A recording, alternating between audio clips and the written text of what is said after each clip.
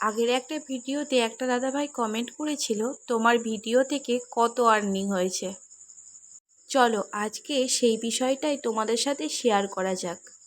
তার আগে আমার পরিচয়টা একটু দিয়ে দিই। আমি তামসী, বর্ধমানের একটা ছোট্ট গ্রাম থেকে আমার ভিডিওতে তোমাদের সকলকে স্বাগত। আজকে সকাল সকাল উঠে পড়েছিলাম প্রায় 6টার সময়। আর একটু তোমাদের বলে রাখি, আমার শরীরটা খারাপ হওয়ার আগের দিনকার ভিডিও তো এডিট করা হচ্ছিল না, ভাবলাম আজকেই তোমাদের সঙ্গে ভিডিওটা শেয়ার করা যাক। যখন শরীরটা ভালো ছিল আমি কিন্তু অনেক সকালবেলা উঠতাম, কারণ সকাল সকাল যদি কাজটা করা যায় তাহলে কিন্তু সারাদিন একটু হলেও নিজের জন্য সময় বার করে নেওয়া যাবে। দেখো, সকালে যে কাজকর্মগুলো থাকে সেগুলো কিন্তু প্রায় আমার ওদিকে করা কমপ্লিট হয়ে গেছে। এদিকে আমি চলে এসেছি এই কাভারটা লাগাতে। তো এটা অনেক দিন ধরে এইভাবে পড়েছিল, আর আলমারিটা প্রচুর পরিমাণে নোংরা পড়ে যাচ্ছিলো। ভাবলাম কাভারটা কাচা হয়েছে যখন, এটাকে লাগিয়ে নেওয়া যাক। তো আমি একার পক্ষে এই কাজটা করা অসম্ভব ছিল, অনেকবার চেষ্টা করেছি তাও পারিনি। তো ও এসে আমাকে একটু হেল্প করে দিল, আর দেখো কাভারটা কিন্তু লাগানো কমপ্লিট হয়ে গেছে। এটা অনেক বড় কাভারটা, তো তার জন্য একা একা লাগানো কিন্তু অনেক অসুবিধা হয়ে যায়। চলো, ভিডিওর প্রথমে যে কথাটা তোমাদের বলেছিলাম যে আমার ভিডিও থেকে কত আর্নিং হয়েছে, তোমাদের সেই বিষয়েই কথাটা বলবো।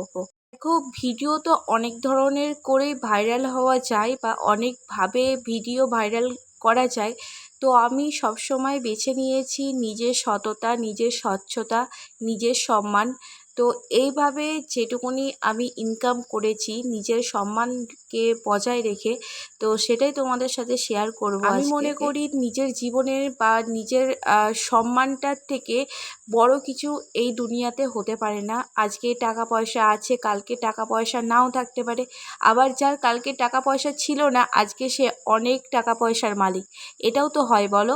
তো সম্মান যদি একবার চলে যায়, সেই সম্মান কখনো ফিরে পাওয়া যায় না। সে যতই টাকা পয়সা ইনকাম করুক বা একটা উঁচু লেভেলে পৌঁছে যাক। তো আমি সব সময় চেষ্টা করেছি আমার নিজের সম্মানকে বাঁচিয়ে কাজ করা। তো আজকে যদি মনে করতাম যে আমার নিজের সম্মানটাকে খুইয়ে আমি কাজ করব, তাহলে আজকে আমি কিন্তু অনেক বড় একটা ক্রিয়েটর হয়ে যেতাম। সব সময় আমি চেষ্টা করেছি নিজের মধ্যে স্বচ্ছতা, সততা এগুলোকে বজায় রেখেই কাজ করার, তাই আজকে আমি এতটা পিছিয়ে আছি। সর্বপ্রথম যদি তুমি ফেসবুক থেকে ইনকাম করতে চাও, তবে ফেসবুকের প্রতি তোমার ভালোবাসা, ভিডিও করার প্রতি আগ্রহ তোমার সর্বপ্রথম দরকার। কারণ যে জিনিসের প্রতি ভালোবাসা থাকে না, যে জিনিসের প্রতি আগ্রহ থাকে না, সেই জিনিসটাকে নিয়ে বেশি দূর কিন্তু এগোনো যায় না। তো আমি সবসময় চেষ্টা করেছিলাম যে আমার আর্নিংটা যেমনই হোক না কেন, আমি আমার এই জায়গাটা একটু স্ট্রং করে তৈরি করব।